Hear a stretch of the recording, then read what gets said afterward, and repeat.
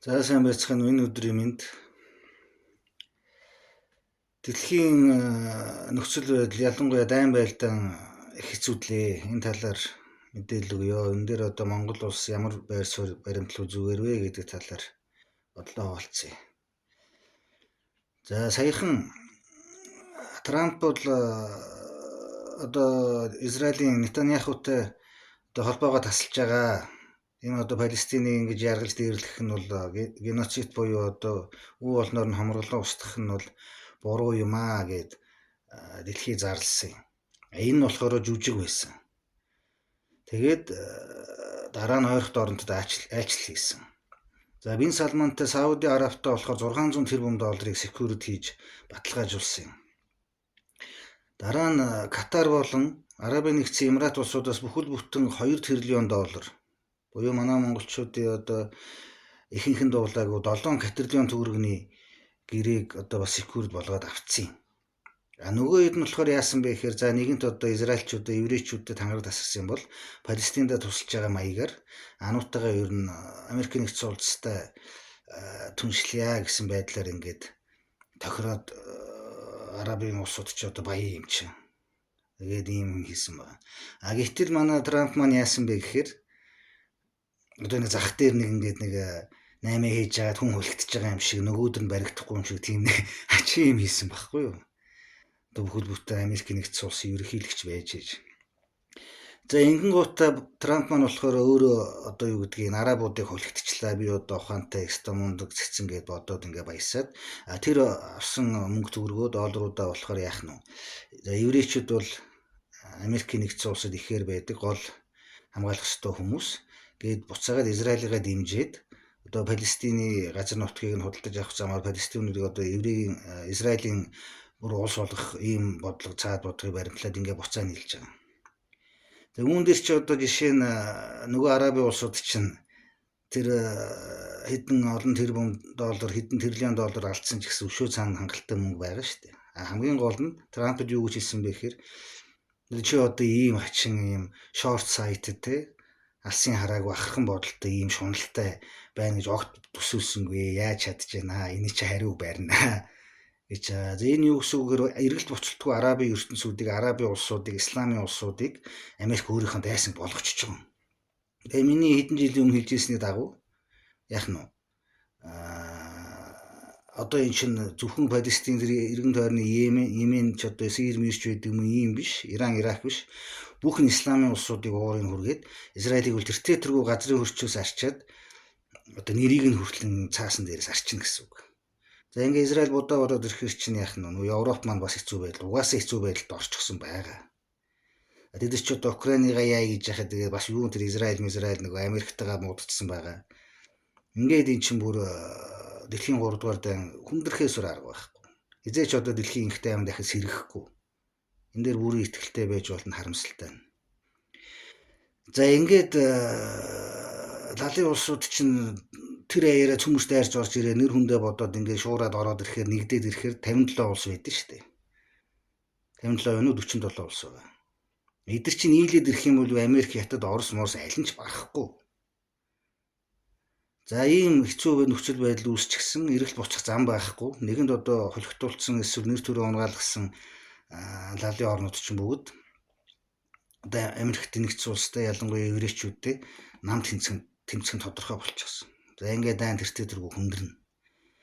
За ингээд Израилийг дуусгаад дараа нь Европ ингээд сулдраад ирэхээр ануу одоо бас хүчин сулдрна шүү дээ. Эхэндээ бол цааш одоо бөө мөнгө олчихсан. Хүчтэй мэдэгдэн одоо жишээ нь энэ жилийн сүүлээс ч байдаг юм. Энэ олон жил удахгүй дээ. За ингээд ануу хүчин сулдраад ирэхээр яах нь вэ? Америк нэгдсэн улсын чинь Орос хятадууд нь хамгийн гол нь хэн дээр суйрлах вэ гэхээр нөгөө одоо Мексик, Колумб, Пуэрто Рико, Куба, Гондурас, Чили тэгээд доошогоо одоо Боливи, Венесуэл, Доминикан юу гэдэг эдгээр чинь бүгдээрээ ануу дарлуулж ирсэн хариугаа авна. За цаашлах юм бол энэ маягаараа ингээд булчингүй үйлдэл хийгээд ах юм бол Канада хүртэл Мексиктэй нийлээд Америк руугаа дайрна шүү дээ. За тэгвэл Канада бол бас нөхцөл байдлаа хараад аргалзаад одоо Европ талдаа цагаан талдаа гэдэг юм уу ийм байр суурь нэрээ өөр байх бах. Ингээ анууч руу тэртээ дөрвөө бас бодоо болно. За ингэнгүүт Орос Хятад хоёр одоо дэлхийг удирднаа барина гэж бодож байгаа нь бол бас огтоос тийм биш. Орос бол ядуу улс, зэвсэгтэй л улс. За тэгэхээр Оросыг бол яах нь нөгөө эргэн тойрны байгаа Монгол, Казахстан, Дагестан, Кыргызстан, Азербайджан, Гүрж, Украин, Беларусь, Латв, Литв, Эстон, Финлянд, Норвеги энэ 10 улс чинь зүгээр тал талаас нь хэмлээд Оросыг дөрөв оронд дуусгана. Хэрэв Орос хоёрыг жоохон салгаад ирэх юм бол тэртээ тэргүй сална. Тэгэхээр манай Монгол улс ядуу учраас энэ хоёртой долгиноод байх ёстой, аяв нь олох ёстой гэдэг юм чинь бас буруу. Монгол улс сулрах тусмаа наад хоёр чинь улам л арчин биднийг. Тэгэхээр бид нар хүчтэй байх ёстой. Монгол туурхтан гэдэг чинь ганц Монгол биш те. Маш олон улсууд байгаа. Орос улбаны улс чинь зөвхөн бурайд байгаа тэр чигт нь дарлаад дийлэхгүй л байгаа шүү дээ. Хятад улс чинь зөвхөн өвөр Монголыг тэр чигт нь дарлаад дийлэхгүй л байгаа шүү дээ. Эдрээс битгий айжээ. За ингээд Оросын холбооны улсыг чинь зүгээр 10 талаас нь хэмлээд орно юу ч болгоно. Орос улс чинь өөрсдөө дотоодын нийт бүтээгдэхүүн сул мөнгө багтаа улс. За тэгээ яах нь нөгөө нэг айц үрдээд байдаг Хятад улс дэлхийг эзэгнэх үү? Огтоос үгүй. Яагаад вэ? За жишээ нь Хятад улстай чи 14 улстай хилдэг.